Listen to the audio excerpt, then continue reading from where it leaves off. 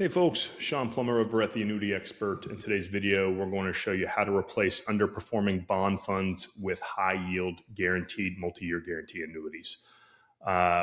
Basically, we're going to show you how to replace the bonds that aren't doing what they're supposed to for you with high-yield MYGAs and fixed index annuities, and kind of talk about the differences between the two. We are going to plug this topic into Gemini, swapping bonds for guaranteed annuities.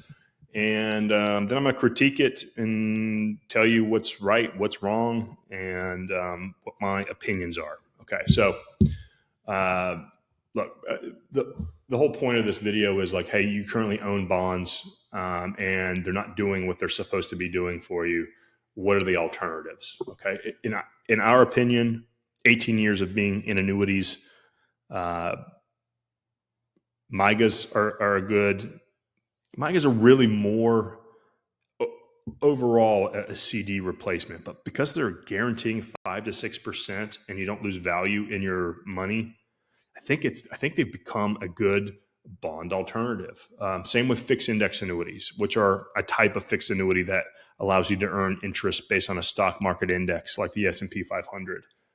But you're not actually in the market.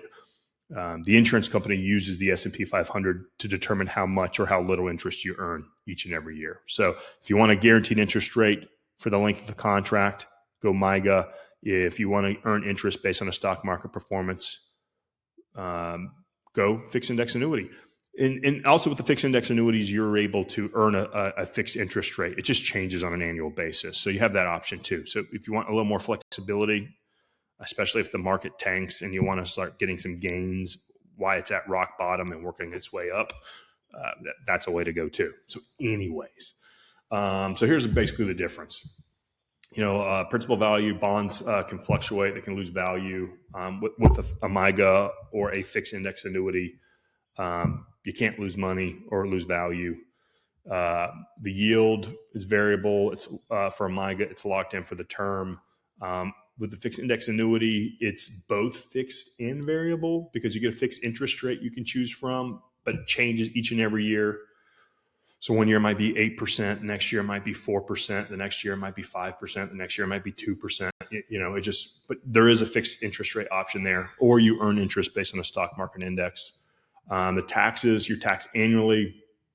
With a MYGA and with a fixed index annuity, they're tax deferred, so you don't pay taxes until you withdraw the money, and it's taxed at ordinary income rates. Liquidity, ton of liquidity in the bond. You could sell any business day. You're limited on a MYGA or fixed index annuity. It's usually on a MYGA, it's usually interest only, could be withdrawn without a penalty, or sometimes it'll allow you up to 10% per year. So if you got $100,000 in a MYGA, you can pull out up to $10,000 a year without any sort of penalty from the insurance company. Same with fixed index annuities. Usually, the standard's usually 10% of the account value. Anyways, let's look at what this says. Execution strategy by account type. This process depends on where your bond funds are currently held. I don't know. I don't even know if I want to go over this. I mean, look, it's taxable interest versus tax deferred interest. You're triple compounding on tax deferred vehicles. So you're going to be able to grow your money faster. The value of the MYGA or the fixed index annuity can't change, right? The only thing that could affect it is if you pay for a bell and whistle and there's a fee involved. But yeah, your value stays the same for the entirety of the contract. Right now, you go to our fixed annuity rates page. So you go to the Annuity Expert, go to fixed annuity rates, and then we update this daily. I mean, you're looking here, 2 years, 5%, all the way up to for 5 year, 5.7%. It's not a bad gig, especially if you're comparing it to a bond or a CD, right? If you want to roll the dice and go with a B-rated company, you can get up to 6.3% for 5, 6, 7 years. That's out there for you.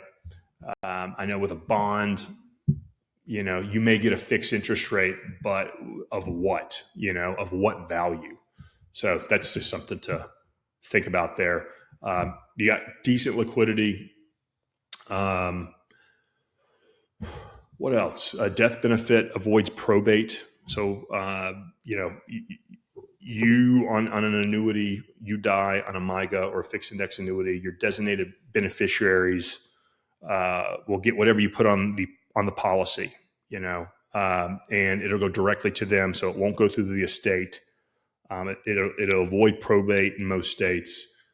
What is another thing? Oh, if you're a spouse, I don't think you can do this with a bond. But if you're a spouse and you don't want to collect the money because maybe you're high net worth and you don't, or you're close to the next highest tax bracket and you don't want to go above the next tax bracket, a spouse can pick up the contract and continue it as if the deceased is still alive and keep deferring the taxes. So that's another perk. So yeah, I think if you have a crappy bond, look at a MYGA, look at a fixed index annuity, get a quote. We'll give it to you at no cost, no obligation.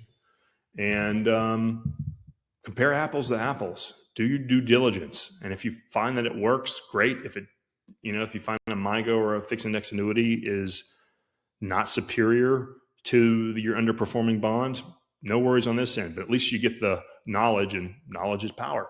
Hope this answered the question. This was kind of generic from Google Gemini. My critique is take a look at both and make your decision from there. See you on the next, and if you have a comment, leave a comment. I'll answer it. But we'll catch you on the next video. See ya.